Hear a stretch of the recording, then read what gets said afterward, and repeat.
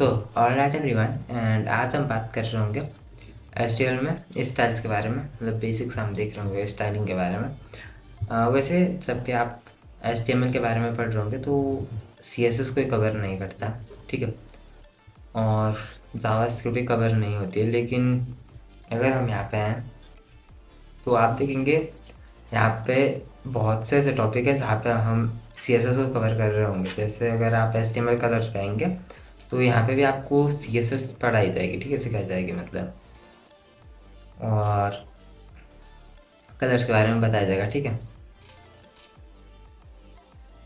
बहुत सी चीज़ों के बारे में आपको बताया जाता है और लिस्ट को किस तरीके से डिज़ाइन करना में भी ये भी बताया जाता है आगे। और नीचे अगर हम वेब एपीआई में हैं यहाँ पे, तो बेसिकली हम कंप्लीट एचटीएमएल तो देख रहे होंगे, साथ में जितना जितना इस चीज़ जितना भी यहाँ पे बताया गया है, ठीक है, हम वो सारा कवर कर रहे होंगे। सीएसएस जावास्क्रिप्ट जितना हो सकता है थोड़ा बहुत यहाँ पे हो, वो कम्प्लीटली हम देख रहे होंगे ताकि हम आगे ये टॉपिक्स भी अच्छे तरीके से कवर कर पाएँ, ठीक है, जैसे ग्राफिक्स इस तरीके से।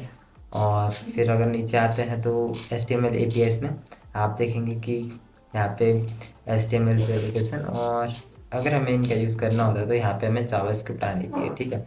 और जो भी हम यहाँ पे देख रहे होंगे उसको हम बेसिकली सीख भी रहेंगे उसी के साथ जब भी हम इस टॉपिक को कवर कर रहे होंगे, ठीक है। तो जो भी मतलब टॉपिक्स इसमें यूज़ होंगे वो सारे हम कवर कर रहे होंगे उस टाइम पे। तो अभी हम बात कर रहे होंगे स्टाइल्स के बारे में, जो कि सीएसएस का टॉपिक है, लेकिन फिर भी हम एचटीएमएल में बेसिक सा देख रहे होंगे, ठीक है। तो the HTML style attribute is used to add style to an element such as color, font, size and more। तो अगर आपको अपने एलिमेंट्स में कुछ भी चेंज करना है जो टेक्स्ट में ब्राउज़र में दिखाई देता है, ठीक है, उसका आपको फॉन्ट साइज चेंज करना है, उसका कलर चेंज करना है, उसका बैकग्राउंड कलर, उस बैकग्राउंड में आप इमेज शो करना चाहते हैं, तो इस तरीके से बहुत सी चीज़ें अगर आपको ये चीज़ें चेंज करनी है तो उसके लिए हमें स्टाइल एट्रीब्यूट का यूज़ करना होता है, ठीक है। तो बेसिक सा इतना आपको ध्यान में रखना है किसी भी एलिमेंट पे। तो हम यहाँ पे आते हैं, मैंने एक फोल्डर नाम से बना रखा है, बेसिकली अभी काम कर पाए हम इसमें, ठीक है। आप कुछ भी क्रिएट कर सकते हैं कोई फोल्डर। तो index.html यहाँ पे क्रिएट कर रहे होंगे और इसे मैं यहाँ से थोड़ा सा ऐसे जूम कर लेते हैं। डॉक्यूमेंट में हम HTML स्टाइल यहाँ पे लिख रहे होंगे टाइटल में HTML स्टाइल। तो इसे बॉडी के अंदर आएंगे, H1 देंगे हम यहाँ पे हेडिंग HTML स्टाइल्स, ठीक है। और यहाँ पे हमने एक चीज़ पढ़ी थी कि जब भी आप स्टाइल जब भी आप किसी एट्रीब्यूट को यूज़ कर रहे होते हैं तो वो आप हमेशा स्टार्ट टैग में आएगा, ठीक है। तो ये चीज़ आपको ध्यान में रखनी है। स्टाइल एट्रीब्यूट को यूज़ करेंगे और आपके पास इतनी यहाँ पे प्रॉपर्टीज़ आ जाएंगी, ये सारी सीएसएस प्रॉपर्टीज़ हैं, ठीक है, जितनी भी आप यहाँ पे देख रहे हो। और बेसिकली हम धीरे धीरे इन प्रॉपर्टीज़ का यूज़ करते जाएंगे किसी किसी का, और अपने पेज को भी अच्छे से डिज़ाइन करते जाएंगे। और एक चीज़ आपको ध्यान में रखनी है, अगर आपको सीएसएस आती है तो आपको हमेशा अपनी सीएसएस अलग फाइल में लिखनी है, ठीक है। हम एचटीएमएल में करेंगे ताकि हमारी स्टाइलिंग भी अच्छी हो जाए। तो मैं एक चीज़ आपको अभी के लिए बता दूंगा, ठीक है, सीएसएस का टॉपिक है लेकिन फिर भी हम सीएसएस अलग फाइल में लिखते हैं और सीएसएस फाइल का एक्सटेंशन हमेशा ये इस तरीके से होता है। आपको लिखना होता है अपनी फाइल का नाम, जो भी आपकी सीएसएस फाइल का नाम है, mostly style dot C S S रख रहे होते हैं हर कोई, ठीक है, जितने जब भी आप स्टार्ट में शुरू करते हैं। और जो आपकी एक फाइल होती है सीएसएस की जिसमें आप सारी सीएसएस लिखते हैं उसे हम style dot C S S कहते हैं, या फिर main dot C S S, ठीक है। Styles dot C S S भी आप लिख सकते हैं, style dot C S S. तो आप पे डिपेंड करता है, हम अभी के लिए style dot C S S रखने वाले हैं, ठीक है। आप कुछ और भी रख सकते हैं, index dot C S S, उसमें कोई प्रॉब्लम नहीं है जिटिस, लेकिन एक अच्छी प्रैक्टिस है अगर आप इस तरीके से लिखते हैं, ठीक है। और इसके अंदर अगर आपको स्टाइलिंग लिखनी है तो कुछ चीज़ें होती हैं। फॉर एग्जांपल इस तरीके से हम स्टार लिखें और फिर करली ब्रेसेस और फिर इसके अंदर स्टाइलिंग आ रही होती है, ठीक है। स्टाइलिंग किस तरीके से, अगर आपको क्या चाहिए, स्टार सब हम यूज़ कर रहे होते हैं, इसे हम स्टार कहेंगे अभी के लिए, ठीक है। और नहीं तो हम इसे यूनिवर्सल सिलेक्टर कह रहे होते हैं। जब भी आप इसका यूज़ कर रहे होंगे तो आपको एक चीज़ ध्यान में रखनी है, ठीक है। अगर हम इसको लिख रहे हैं तो इससे क्या होगा कि जितना भी हमारा पूरा डॉक्यूमेंट हो, पूरा डॉक्यूमेंट डिजाइन होगी, पूरे डॉक्यूमेंट पे स्टाइलिंग आएगी, ठीक है। जब हम इस तरीके से स्टार लिख रहे हैं, इसे हम यूनिवर्सल सिलेक्टर कहते हैं, ठीक है। तो मैं अब से इसे यूनिवर्सल सिलेक्टर कहूँगा। तो हम यहाँ पे यूनिवर्सल सिलेक्टर का यूज़ करते हैं, जो आपके कीबोर्ड पे आपको मिल जाएगा, ठीक है। जहाँ पे आपके कीबोर्ड में 8 होता है यहाँ पे आपको दिख जाएगा, और शिफ्ट का यूज़ करके आपको इसे यहाँ पर लिखना है, ठीक है। तो यहाँ पे आपको स्टाइलिंग लिखनी होती है। फॉर एग्जाम्पल मुझे बैकग्राउंड कलर अभी के लिए चेंज करना है, ठीक है। प्रॉपर्टीज़ को हम आगे और देखेंगे, ठीक है, टाइम से। तो यहाँ पे मैंने बैकग्राउंड कलर को ब्लू कर दिया। इसे अगर मैं अभी गो लाइव करूँ तो आप देखेंगे यहाँ पे कुछ भी, मतलब आप देखेंगे पेज में कोई चेंजेस नहीं है। जिस तरीके से हमारा पेज दिखाई देता है उसी तरीके से हमें दिखाई दे रहा है। ये क्यों हुआ वो हम समझते हैं यहाँ पे आके। तो जब भी आप CSS फाइल क्रिएट करते हो तो एक चीज़ आपको ध्यान में रखनी है कि आपको अपनी फाइल हमेशा यहाँ पे लिंक करनी होगी, ठीक है। लिंक CSS इस तरीके से, और यहाँ पे href जो होता है इसके अंदर आप अपनी फाइल का नाम लिख रहे होते हैं, ठीक है। href इसके अंदर आपकी फाइल का नाम आ रहा होता है, और कंट्रोल Z, तो आप यहाँ पे देख रहे होंगे rel, इसका मतलब होता है रिलेशन क्या है हमारी फाइल के साथ, ठीक है। तो रिलेशन क्या है, स्टाइल शीट का रिलेशन है, ठीक है। तो बेसिकली अगर आप एक खुद से लिखना चाहते हो, यहाँ पे मैं भी यूज़ किया था ये, हम अगर लिंक लिखें और फिर आपको रिलेशन एट्रीब्यूट का यूज़ करना है, इसके अंदर आपको बताना है स्टाइल सीट और स्टाइल सीट। href में हम यहाँ पे अपनी फाइल का एड्रेस दे देंगे style.css, और फिर आपको इसे इस तरीके से लिख लेना है, ठीक है। तो ये बेसिक फॉर्मेट होता है लिखने का। तो हमने ये लिख दिया, और अब अगर हम अपने पेज को देखें तो आप देखेंगे यहाँ पे HTML स्टाइल्स, और इसका बैकग्राउंड कलर आप देख सकते हैं कम्प्लीटली ब्लू हो गया। और इस तरीके से देखें तो इस तरीके से आपका दिखाई देगा, ठीक है। हम कुछ और भी रख सकते हैं अभी के लिए, टोमेटो। तो इस तरीके से आपका कलर चेंज हो जाएगा। और अगर आपको फ़ॉन्ट कलर चेंज करना होता है पूरे पेज का, तो आप कलर लिखते हो और एलिस ब्लू हमें चाहिए, ठीक है। तो आप देखते हैं यहाँ पे एलिस ब्लू में फ़ॉन्ट आया। और एक चीज़ हमने बताया था कि पूरे पेज में हो जाएगा और सभी एलिमेंट्स पे हमारे लगेगा। तो अगर मैं भी यहाँ पे पैराग्राफ लिखता हूँ, पैराग्राफ के अंदर मैं नॉर्मल 100 अगर लिखूँ और कंट्रोल एस करके Alt Z अगर करता हूँ तो एक लाइन में आ जाएगा यहाँ पे इस पूरे पेज में। थोड़ा सा इसे दूर कर लेते हैं, ठीक है। तो कंट्रोल एस। अभी अगर मैं यहाँ पे आऊँ तो आप देखेंगे ये टेक्स्ट भी वाइट में आ रहा है, मतलब एलिस ब्लू में आ रहा है। और बेसिकली आपको पता है कि हमारे जितने भी टेक्स्ट होते हैं तो बाय डिफ़ॉल्ट HTML में ब्लैक में हमें दिखा देते हैं, और लेकिन अभी जब हमने यूनिवर्सल सिलेक्टर का यूज़ किया है तो वहाँ पे हमें चीज़ें अब वाइट में दिखाई दे रही है, जब हमने वहाँ पे स्टाइलिंग का यूज़ किया था, ठीक है। यहाँ पे आ जाता है, इतना हमने समझ लिया है, ठीक है। तो CSS में स्टाइलिंग लिखने का तरीका क्या होता है, यहाँ पे आपका टैग नेम आ रहा होता है, और टैग नेम में आप कंप्लीटली टैग नहीं लिख रहे होते हैं। जैसे इस तरीके से आप H1 नहीं लिखेंगे, ठीक है, और फिर आप उसे स्टाइलिंग नहीं दे रहे होंगे, ये तरीका नहीं होता। आपको ये स्टाइल नहीं लिखना होता है, आपको सिर्फ टैग नेम लिखना होता है। टैग नेम हमारा वो H1 है, अगर P है तो आपको P लिखना होता है। और अगर आपको LI पे, मतलब जो हमारे लिस्ट होते हैं, अगर आपको उन पे स्टाइलिंग देनी है तो आपको इस तरीके से लिखना होता है। अगर लिंक पे स्टाइलिंग देनी है तो आपको इस तरीके से लिखना है A, और बी पे अगर स्टाइलिंग देनी है तो इस तरीके से जितने भी एलिमेंट्स हैं आपको उनका नाम लिखना होता है। और अगर आपको बॉडी को स्टाइलिंग देनी है तो हम यूनिवर्सल सेलेक्टर की जगह बॉडी भी लिख सकते हैं, ठीक है। तो अगर आप बॉडी लिखेंगे तो बॉडी के अंदर आपका विजुअल कंटेंट आता है, तो ऑब्वियसली अभी क्या होगा कि इस पूरे पेज पे अप्लाई हो रहा होगा ये सेम चीज़ें, लेकिन इनके अभी की डिफरेंसेस आपको इसमें कुछ दिखाई नहीं देंगे, लेकिन बाद में जब आप CSS के साथ अच्छे से काम कर रहे होंगे तो आपको पता चलेगा यूनिवर्सल सिलेक्टर किस तरीके से आपके यूज़ में आता है और बॉडी किस तरीके से आपके यूज़ में आती है, ठीक है। दोनों में थोड़े से चेंजेस होते हैं, मतलब अलग तरीके से हमारे पेज को क्या कर रहे होते हैं, अफेक्ट कर रहे होते हैं दोनों। तो हम बाद में देख रहे होंगे, ठीक है। ये हमने समझ लिया है, और इसे यहाँ से रिमूव कर देते हैं।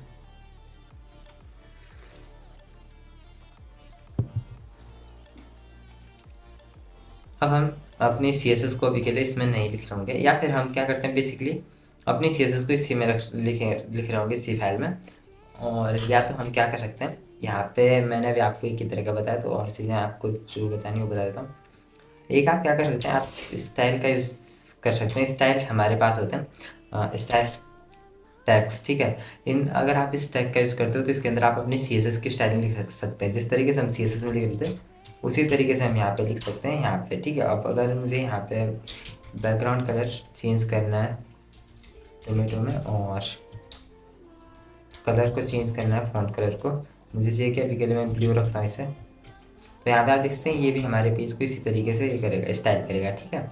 तो आप स्टाइल टैग का यूज़ कर सकते हैं, और या तो फिर आप HTML में जाके, मतलब अब CSS में जाके एक अलग फाइल क्रिएट कर सकते हैं जो हमने यहाँ पे लिंक कर रखी है, तो आप उसमें भी लिख सकते हैं, ठीक है। वहाँ पे डिपेंड करता है। और अगर आपने अपनी फाइल क्रिएट नहीं की है और यहाँ पे आपने लिंक कर दिया, तो एक तरीका होता है बस, अगर आप कंट्रोल और फिर अपने माउस से इस पर क्लिक करते हैं तो इस तरीके से फाइल पे आप चले जाओगे। ठीक है, साथ में आप अगर इसे डिलीट भी कर देते हो तब भी आप इसे क्रिएट कर पाएंगे। कंट्रोल क्लिक करने के बाद आपको यहाँ पे क्रिएट फाइल लिखना होगा, इस तरीके से क्रिएट हो जाएगी। ठीक है, तो इतना बेसिकली हमें करना होता है। तो हम इसे डिलीट कर देते हैं और मुझे ये वाली फाइल नहीं चाहिए। साथ में ना हमें अभी स्टाइल टैग्स का यूज़ करना है, हमें अपनी स्टाइलिंग इस स्टाइल में लिखनी है। ठीक है, स्टाइल एट्रीब्यूट में तो ये 3 तरीके होते हैं और इसमें जो मतलब आपके इसको ये कर रहे होते हो ओवरराइट।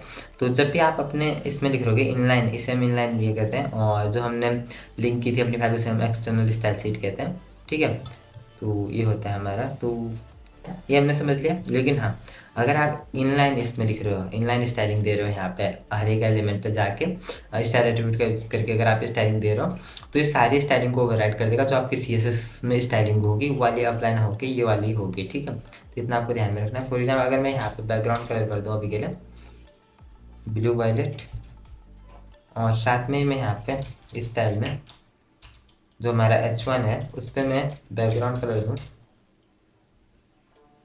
ये एक्वामेरिन। ठीक है, तो अभी के लिए क्या करते हैं, पहले मैं ये वाली स्टाइलिंग हटा देता हूँ। ठीक है, रिमूव कर देता हूँ जो हमने H1 को यहाँ पे दे रखी है। कंट्रोल X करके S कर लेते हैं और यहाँ पे आ जाते हैं। ठीक है, तो आप देखेंगे इसको बैकग्राउंड कलर मिल रखा है। ठीक, तो अगर हम यहाँ पे आ जाते हैं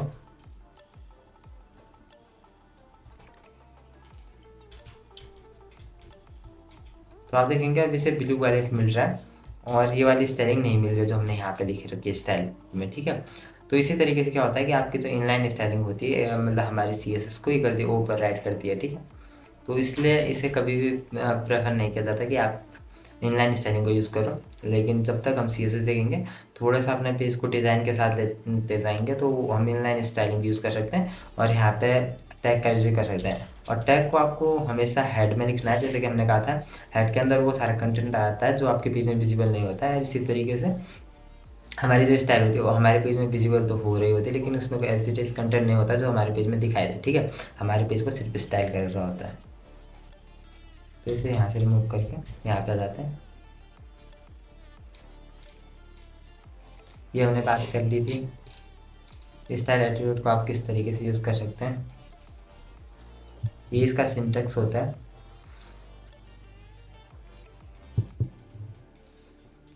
आपका स्टाइल ये हम पहले यहाँ से कॉपी करेंगे, कंट्रोल-C।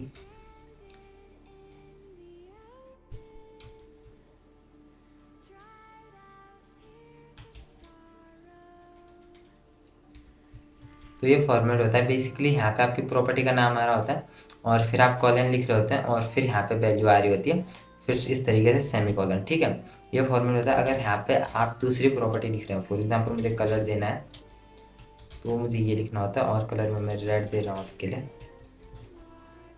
तो आपको ये लिखना होता है। ठीक है, तो यहाँ पे ये ऑटोमेटिक जो लास्ट है उसके लिए मतलब ये हट जाता है। ठीक है, यहाँ पे मुझे इसके लिए कुछ बैकग्राउंड कलर देना है और इसकी वैल्यू फॉर एग्जाम्पल मुझे एलिस ब्लू देनी है या फिर एक्वा दे देता हूँ अभी के लिए। तो इतना चेंजेस तो आपको दिखाई देंगे यहाँ पे। तो ये हमने देख लिया। ठीक है, इस पहले आपकी प्रॉपर्टी नेम आ रही होती है जो एक CSS प्रॉपर्टी होती है, फिर कॉलन आ रही होती है। ठीक है, जब भी मतलब आप किसी प्रॉपर्टी को वैल्यू दे रहे होते हैं, कुछ भी वैल्यू जब दे रहे होते हैं उससे पहले आपको कॉलन लिखना होता है बीच में। जैसे हम लिख रहे होते हैं मैथ में या कहीं पे भी x=10। ठीक है, तो इस तरीके से वैल्यू आती है। ठीक है, उसी तरीके से हमें यहाँ पे क्या लिखना होता है, पहले तो प्रॉपर्टी नेम आता है, प्रॉपर्टी और वैल्यू में जो ये होता है डिफरेंस, उसके लिए हम यहाँ पे कॉलन लगा रहे होते हैं फिर यहाँ पे वैल्यू आ रही होती है। ठीक है, तो इतना आपको ध्यान रखना है। तो ये हमने देख लिया और कलर हमने यहाँ पे रेड कर दिया, तो ये हमें बेसिकली करना था।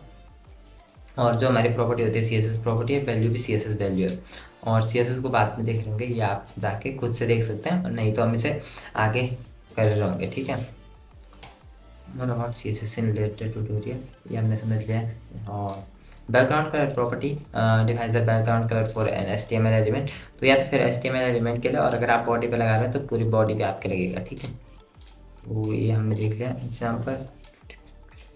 तो आप दो एलिमेंट्स के लिए अलग अलग से बैकग्राउंड कलर देख सकते हैं। टेक्स्ट कलर कलर का यूज़ कर सकते हैं, ये भी हमने देख लिया। फ़ॉन्ट्स में अगर आए तो फ़ॉन्ट फैमिली का होता है जब भी आप किसी फ़ॉन्ट को अलग वे में दिखाना चाहते हैं, हमारे पास बहुत सी फ़ॉन्ट फैमिलीज़ होती हैं तो हम किसी का भी यूज़ कर सकते हैं। फॉर एग्जाम्पल मुझे इसको स्टाइल देनी है जो हमारा पैराग्राफ है, और इसके लिए मुझे फॉन्ट फैमिली यहाँ पे चेंज करनी है, और मुझे देना है यहाँ पे आपका इतनी फॉन्ट फैमिलीज आ रही है, आप किसी का भी यूज़ करके दे सकते हैं। मुझे फैंटेसी अगर देना है तो इस तरीके से, और अपने पेज में देखो तो आप देखते हैं हमारे फॉन्ट में भी कम्प्लीटली चेंज आ गया जो हमारा पैराग्राफ था। और यहाँ पे आके मैं इसे थोड़ा सा कर सकता हूँ, यहाँ पे रिसेट, तो इस तरीके से हमारा फॉन्ट दिखा देगा। फैंटेसी की जगह में से मोनो स्पेस भी दे सकता हूँ, जो मोस्टली आपके कोड का ही होता है थोड़ा सा, ठीक है। यहाँ पे आप देखते हैं इस तरीके से। और जब भी आप देखेंगे 2 से 3 फ़ॉन्ट नेम दिए जाते हैं, वो किस लिए होते हैं कि बाई चांस अगर क्या होता है ब्राउज़र किसी एक फ़ॉन्ट को सपोर्ट नहीं करता है, तो वहाँ पे हमारा दूसरा फ़ॉन्ट यूज़ में होता है, उसे हम कहते हैं फ़ॉन्ट फैमिली ड्रॉबैक्स या फॉलबैक, कुछ इस तरीके से था, लेकिन उसको भी रहने देते हैं। लेकिन हाँ, आपको इसे यूज़ करना होता है जब भी फॉर एग्जांपल मोनोस्पेस कोई भी ब्राउज़र सपोर्ट नहीं करता है, तो हम एक यहाँ पे दूसरी ये दे देते हैं। जैसे हमने यहाँ पे 3 लिखे हैं, ठीक है। इसको लिखने का मेन टारगेट क्या होता है, अगर हमारा ब्राउज़र एरियल सपोर्ट नहीं करता है तो ये वाला फ़ॉन्ट यूज़ होगा, अगर इस फ़ॉन्ट को यूज़ नहीं सपोर्ट नहीं करता तो हमारा ये वाला फ़ॉन्ट सपोर्ट करेगा ब्राउज़र में। कोई भी एक फ़ॉन्ट यूज़ हो जाएगा, और अगर तीनों को ही ब्राउज़र सपोर्ट नहीं करता है तो ऑटोमेटिकली जो ब्राउज़र बाय डिफ़ॉल्ट फ़ॉन्ट्स को सपोर्ट करता है वो ये हमारे लिए यूज़ हो रहे होंगे, ठीक है। जिसमें या तो मेनली टाइम्स न्यू रोमन होता है, इस तरीके से कुछ यूज़ हो रहे होते हैं। तो यहाँ पर देखते हैं अभी के लिए एरियल यहाँ पे यूज़ हो रहा है, ठीक है। तो ये भी हमने देख लिया। और जब भी कुछ फ़ॉन्ट मतलब किसी फ़ॉन्ट फैमिली का नाम इस तरीके से होता है, आप यहाँ पे देख सकते हैं सैंस सेरिफ, इसके बीच में आप देख सकते हैं इस तरीके से एक था, ठीक है। बीच में इस हाँ, मतलब एक चीज़ है, इसको कम्प्लीटली पता चल रहा है कि हाँ एक इसमें है, ठीक है। कभी-कभी अगर आप किसी फ़ॉन्ट फैमिली का नाम इस तरीके से हो और दोनों वर्ड अगर अलग-अलग आ रहे हो, ठीक है, इनके बीच में कोई ये भी नहीं है, इसको हम क्या कहते हैं, आप कह सकते हो कोई बीच में इन्हें मतलब कनेक्ट करने वाला नहीं है, इस तरीके से आप इसे ध्यान रख सकते हैं, ठीक है। तो यहाँ पे क्या होगा, जब भी इस तरीके से कोई फ़ॉन्ट फैमिली का नाम आ रहा होगा तो आपको उसके बाहर इस तरीके से कोट्स लगाने होते हैं, ठीक है। और जब भी आप एचटीएमएल में इसे लिख रहे होते हैं तो एचटीएमएल में आपको सिंगल कोट लगाने होते हैं, क्योंकि अगर आप डबल कोट इसके अंदर लगाओगे तो आपको एरर आ जाएगा। एरर किस तरीके से, जो आप यहाँ पे इसके बाहर लगा रखा हो उसमें एरर आएगा, ठीक है। तो आप देख सकते हैं इस तरीके से एरर आएगा, ठीक है। तो ये चीज़ आपको ध्यान में रखनी है। तो इसके लिए हम कोई दूसरा एग्जाम्पल भी ले सकते हैं, किसी दूसरी फ़ॉन्ट फैमिली का नाम। फॉर एग्जाम्पल हाँ, जैसे आप देख सकते हैं लूसिडा सेंस यूनिकोड, तो यहाँ पे ये यूज़ हुआ है, ठीक है। लूसिडा ग्रैंड, तो इनके बाहर ही यूज़ किया गया, तो इसी तरीके से हमें यूज़ करना होता है। तो ये हमने देख लिया। इसे कंट्रोल एस करके अगर ब्राउज़र में देखें तो कुछ इस तरीके से आपका फ़ॉन्ट दिखा देगा। फ़ॉन्ट फैमिली को हमने समझ लिया। अगर आपको फ़ॉन्ट साइज़ को किस तरीके से आपको फ़ॉन्ट साइज़ होना चाहिए, तो उसके लिए आप फ़ॉन्ट साइज़ का यूज़ करते हैं, ठीक है। तो यहाँ पे आके फ़ॉन्ट फैमिली को तो हमने देख लिया। फ़ॉन्ट साइज़, और जिसमें फ़ॉन्ट साइज़ आप ये भी दे सकते हैं जो बाय डिफ़ॉल्ट इस तरीके से लिख रखे होते हैं, और आप वैल्यूज़ भी दे सकते हैं, ठीक है। फॉर एग्जाम्पल 123 पिक्सल्स देने हैं तो आपको पिक्सल्स लिखना होता है। पिक्सल्स एक यूनिट होती है जो आप ब्राउज़र कर सकते हैं या किसी भी वीडियो में आप देख सकते हैं, ठीक है। पिक्सल को किस तरीके से हम बाद में समझ लेंगे, लेकिन अभी के लिए आप सिर्फ इतना ध्यान रखिए एक यूनिट होती है। तो आप देखते हैं अभी आपके फ़ॉन्ट बहुत बड़े हो गए आपके इसमें ब्राउज़र में, और इससे भी बहुत बड़े हमारे जो हेडिंग्स हैं उसमें भी बहुत बड़े लग रहे हैं, ठीक है। तो हम 13 रख सकते हैं इस तरीके से। और मोस्टली क्या होता है, जो भी मतलब पैराग्राफ्स होते हैं इस तरीके से हम आपको दिखाते हैं, उनको 16 पिक्सल की एमबी रखी होती है ब्राउज़र में बाय डिफ़ॉल्ट। तो 16 पिक्सल से आपको दिखाई दे रहा होगा जो आपका फ़ॉन्ट था, उसी के अराउंड आपका फ़ॉन्ट अभी दिखाई दे रहा है जो पहले था ब्राउज़र में। टेक्स्ट अलाइनमेंट क्या होता है, जब भी अपने पेज में आप उस टेक्स्ट अलाइन करना चाहते हो उसके लिए हम टेक्स्ट अलाइन प्रॉपर्टीज़ का यूज़ करते हैं। तो यहाँ पे आके इसे देखते हैं। फॉर एग्जांपल मुझे जो ये मेरा ये है H1, इसे टेक्स्ट अलाइन करना है तो आपको सेमीकोलन के बाद लिखना है टेक्स्ट अलाइन। आप सेंटर का यूज़ कर सकते हैं, ठीक है। इस तरीके से हमारे फ़ॉन्ट क्या सेंटर में आ जाएगी, ठीक है। इसकी भी बहुत सी वैल्यूज़ होती हैं जो हम आगे देख रहे होंगे, ठीक है, अपने पेज को डिज़ाइन करने के लिए अच्छे से। और आज के लिए बस नहीं, इसकी अगर आप समरी देखोगे तो हमने सीखा है use the style attribute for styling HTML elements, background colour for background colour, colour for text colours, and font family for text fonts, font size for text sizes, and text align for alignment, ठीक है, text alignment के लिए। तो आज के लिए बस नहीं, thanks for watching and don't forget to hit that bell icon button अगर आप इस चैनल पे नए हैं, ठीक है।